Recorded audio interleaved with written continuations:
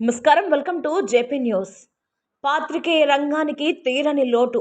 విషాదంలో కుటుంబ సభ్యులు, మిత్రులు, సహచరులు. నాయుడుపేట మండలం మేనకూరు గ్రామానికి చెందిన ప్రముఖ సీనియర్ పాత్రికేయుడు, JP news channel Naidupeta reporter Kandati Rajinikanth హఠాత్తుగా మృతి చెందడం పాత్రికేయ రంగంలో తీవ్ర విషాదాన్ని నింపింది. ఆయన మరణ వార్త తెలిసిన వెంటనే కుటుంబ సభ్యులు, బంధువులు, మిత్రులు, సహచర పాత్రికేయులు దిగ్భ్రాంతికి గురయ్యారు.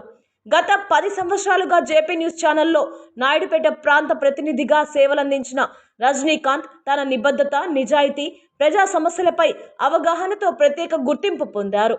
స్థానిక సమస్యలను ప్రజల దృష్టికి తీసుకెళ్లడంలో ఆయన చేసిన కృషి విశేషమని సహచరులు గుర్తు చేసుకుంటున్నారు.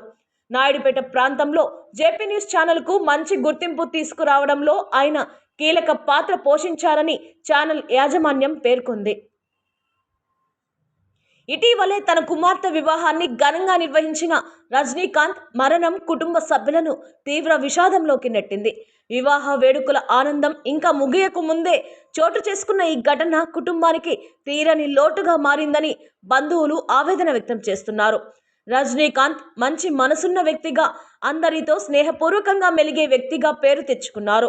రజనీకాంత్ మరణంపై జేపీ న్యూస్ ఛానల్ యాజమాన్యం, సహచర పాత్రికేయులు, ప్రజా ప్రతినిధులు, మిత్రులు తీవ్ర సంతాపం వ్యక్తం చేశారు. ఆయన ఆత్మకు శాంతి చేకూరాలని, కుటుంబ సభ్యులకు ఈ విషాదాన్ని తట్టుకునే ధైర్యాన్ని ప్రసాదించాలని ప్రార్థించారు.